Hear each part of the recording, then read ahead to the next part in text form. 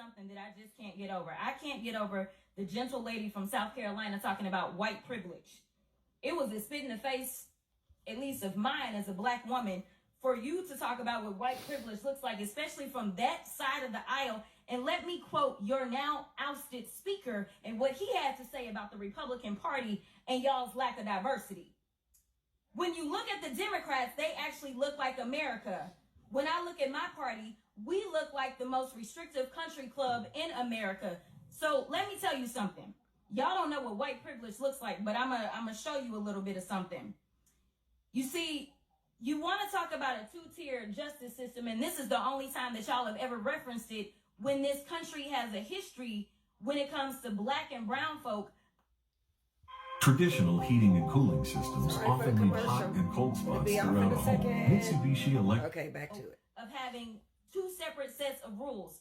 And right now what you want to do is have two separate sets of rules because Mr. Moskowitz offered y'all a fair situation. He said he would vote for Hunter to be held in contempt if y'all voted to hold all, even if you remove all of the members of Congress.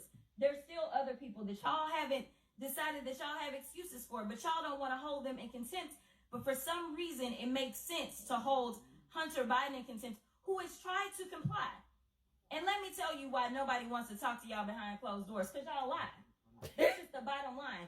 You have done it thus far in this investigation. You have done it this far as it relates to this committee. And every single hearing, y'all spin.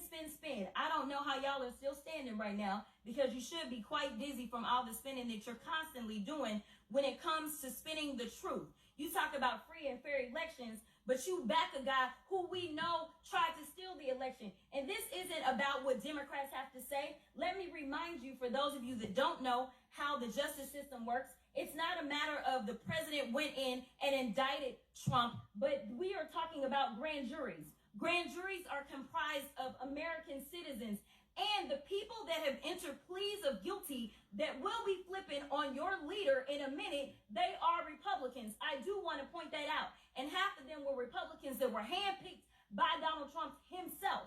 So, to be clear, whatever happens to your little leader, it's going to be because of the actions that he took.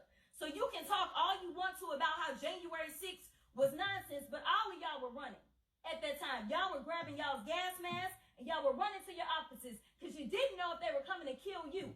You should have cared that somebody was there to protect you, but instead you want to play games because you found out that it was your leader that decided that he wanted to propagate an insurrection on our country. So don't tell me that you care about the Constitution, because you don't. All you care about is Trump getting reelected, and I'll yield the last of my time to my leader.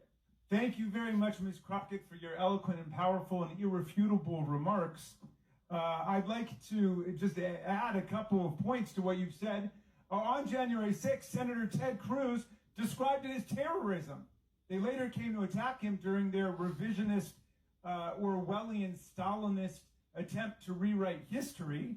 Unfortunately for them, we know that there were 147 or 48 of our officers who were wounded, bloodied, and hospitalized by the rabid mob that beset the Capitol that day. We know that Kevin McCarthy, one of their deposed leaders over on their side, called Donald Trump from his office to complain about how his people were storming the Capitol and putting people's lives in danger. And Donald Trump said, no, those aren't my people, those are Antifa. And McCarthy corrected him and said, no, those are your people, Mr. President.